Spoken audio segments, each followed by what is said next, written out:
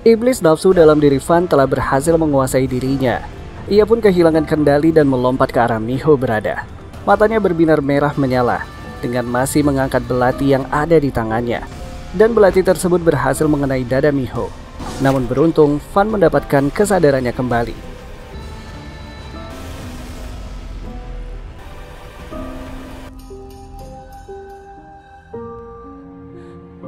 Tak hanya itu, Miho pun merasakan sesuatu, seperti dirinya namun di tempat yang berbeda. Mengetahui hal tersebut, John berlari mendekati Miho dan membawanya kembali ke kediamannya.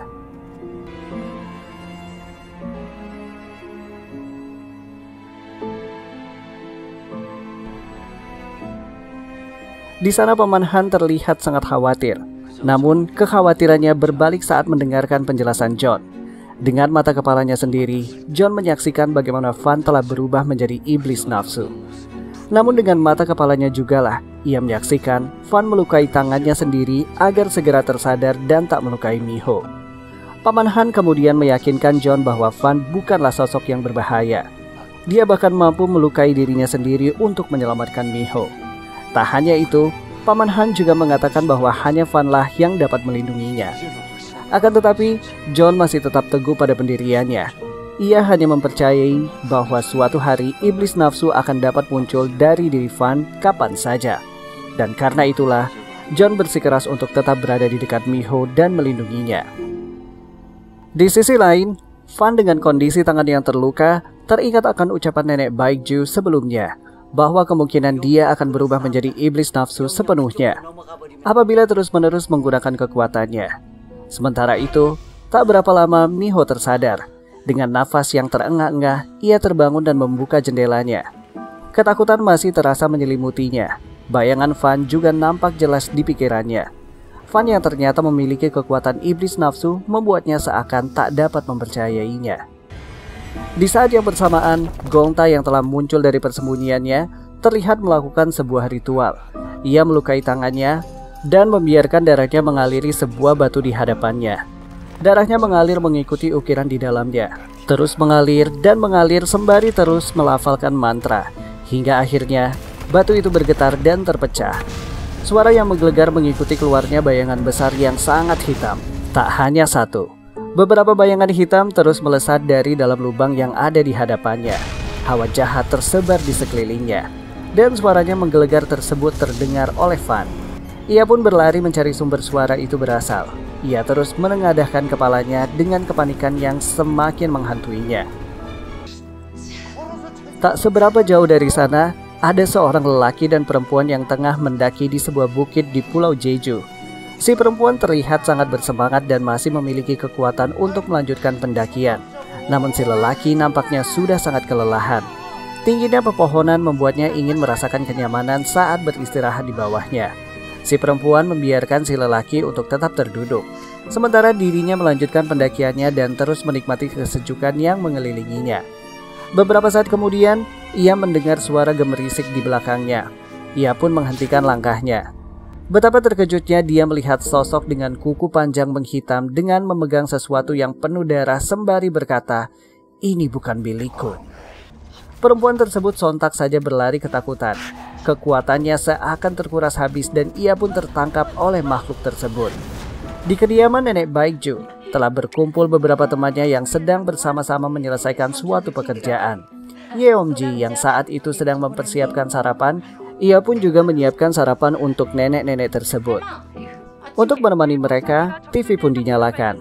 Alih-alih membuat mereka terhibur, mereka justru disuguhkan sebuah berita tentang kematian beberapa turis dengan kondisi organ yang menghilang dari dalam tubuh mereka.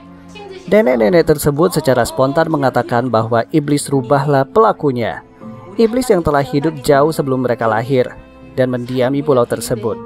Iblis mengerikan yang akan membunuh manusia dan akan memakan hatinya. Mendengar penjelasan yang sangat mengerikan, nenek Baekju memotong pembicaraan dan memerintahkan Yeomji segera berangkat ke sekolah.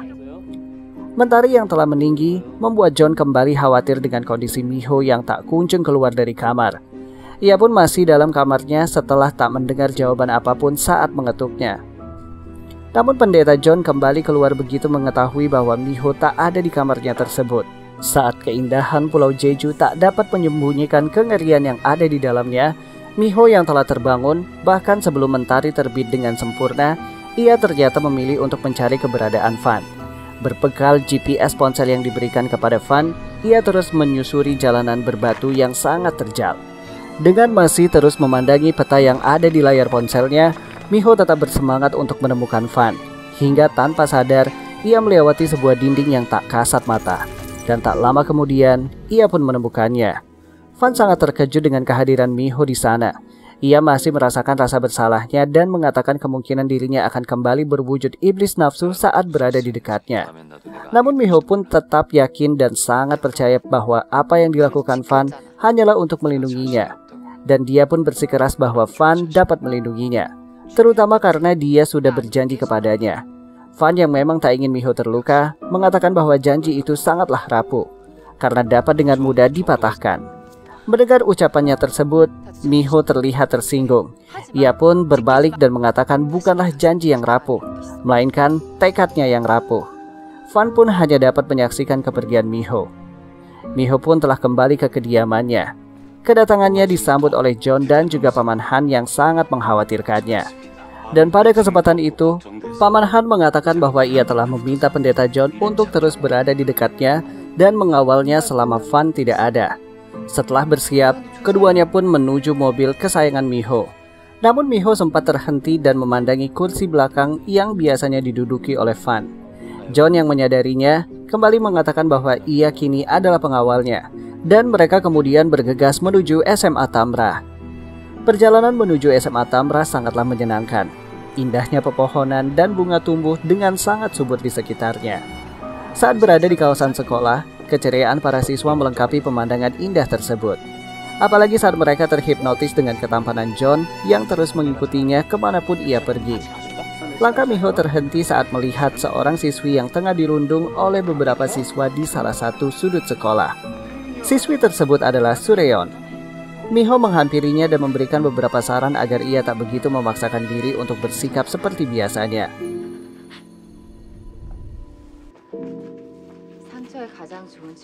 Namun Sureon terlihat kebingungan melihat Miho. Tak berapa lama, Yeomji datang dan menjelaskan siapa sosok Miho dan juga Pendeta John yang ada di belakangnya. Seketika Sureon membungkuk dan mengucapkan terima kasih atas apa yang telah Miho lakukan untuknya. Senyuman Miho tersungging indah di kedua bibirnya sembari menyaksikan Yeomji dan juga Sureon masuk ke dalam kelas. Melihat hal tersebut, John sedikit lega, karena senyuman itu juga berarti bahwa ia tak lagi teringat akan Fan. Di belakang sekolah, Yeomji menyajikan makanan yang telah ia siapkan sebelumnya untuk merayakan kembalinya Sureon ke sekolah. Ia sangat bahagia melihat temannya tersebut pulih dan kembali ke sisinya dengan selamat. Sebaliknya, Sureon merasa sangat terharu melihat sahabatnya yang sangat setia dan selalu membantunya selama ini. Sementara itu, Fan menemui nenek Baekju dalam kondisi tangan yang masih terluka. Ia kemudian merawat tangan Fan dan menasehatinya setelah mengetahui bahwa ia tak lagi menjadi pengawal Miho. Nenek Baekju menjelaskan bahwa manusia bereinkarnasi adalah kesempatan mereka untuk menebus dan menjalani kehidupan yang baru. Nenek Baekju justru menanyakan, apa alasannya selalu mengunjungi makam Won Jeong dengan memakai baju yang sama.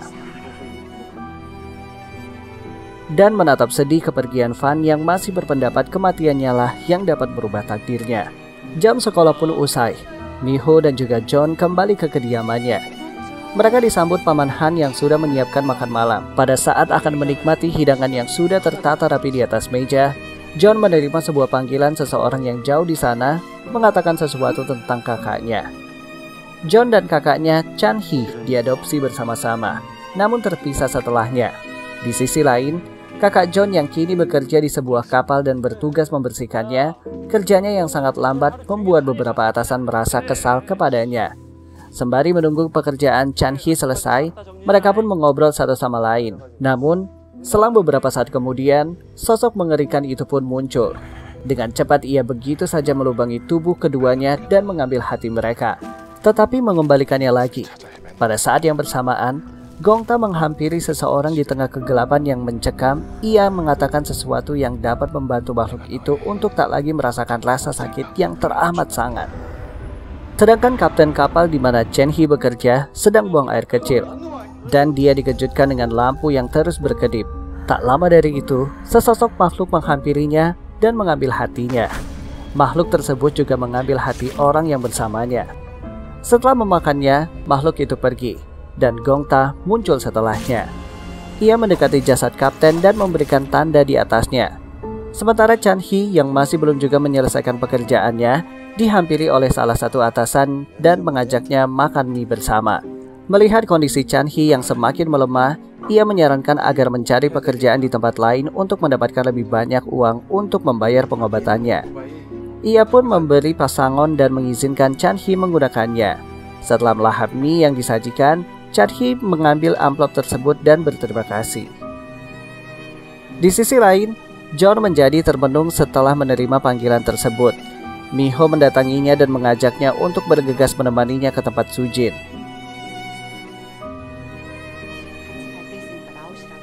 Sedangkan Fan yang masih dengan kegelisahannya berjalan dengan sangat lemas memasuki kediaman nenek Baekju. Mengetahui bahwa Baekju masih bersama teman-temannya, ia hanya duduk terdiam di teras. Nenek-nenek tersebut kemudian melanjutkan obrolannya mengenai mayat yang ditemukan di sekitar bar. Namun kali ini organ dan hatinya masih ada, tetapi tubuh mayat itu dipenuhi dengan luka tusukan yang sangat dalam. Mendengarnya, Fan tergugah dan menanyakan keberadaan mayat tersebut. Setelah mengetahui, ia pun bergegas mendatangi mayat tersebut. Seolah merasakan akan terjadinya sesuatu yang mengerikan, sesampainya di sana, Fan begitu saja membuka penutup mayat itu. Begitu melihat luka yang terpampang jelas di tubuh mayat itu, Fan seketika teringat akan sosok Gongta. Tubuhnya pun bergetar, menandakan ketakutan akan sosok tersebut. Fan melanjutkan penelusurannya ke lokasi pembunuhan. Dengan sangat berhati-hati, Fan memperhatikan setiap tanda yang ada di lokasi.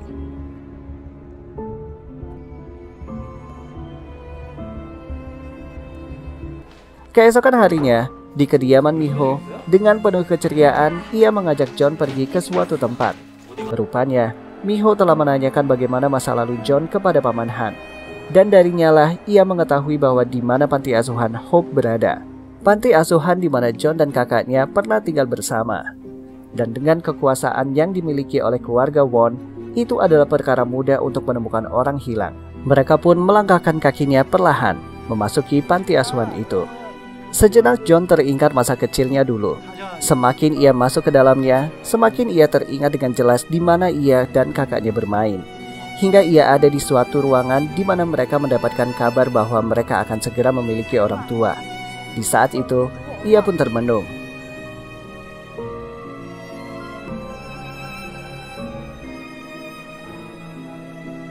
Tak berapa lama, orang suruhan Miho memberikan secari kertas yang tertulis lokasi keberadaan kakaknya yang tak jauh dari lokasi tersebut. Keberadaan mereka ternyata diperhatikan dari kejauhan oleh Gongta.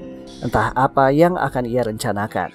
Setelah mengetahui keberadaan Chan Hee, dengan air mata yang terus membasahi pipinya, ia mengucapkan rasa terima kasihnya kepada Miho. Dan mereka pun melajukan mobilnya dan kembali ke rumah. Sesampainya di rumah, John memaksa untuk pergi menemui kakaknya sendirian. Sedangkan Miho menerima kabar dari Sujin bahwa Seongjun akan mengunjunginya untuk memberikan beberapa bingkisan sebagai rasa terima kasihnya atas hadiah pernikahan yang telah ia berikan kepada mereka.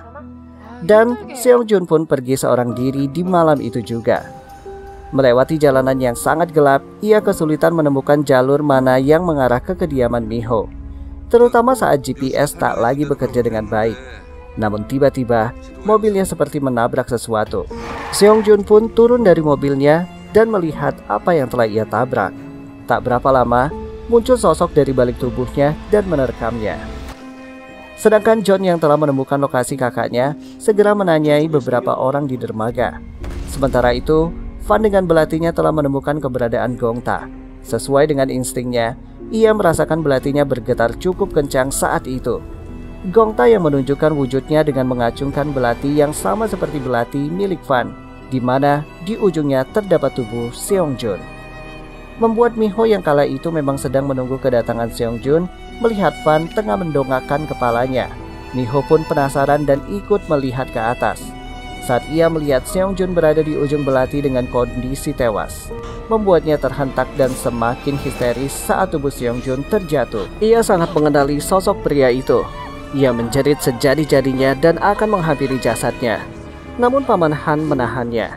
Setelah mengetahui Miho cukup terluka, Gongta pun menghilang, diikuti oleh Fan yang sepertinya akan mengejar Gongta.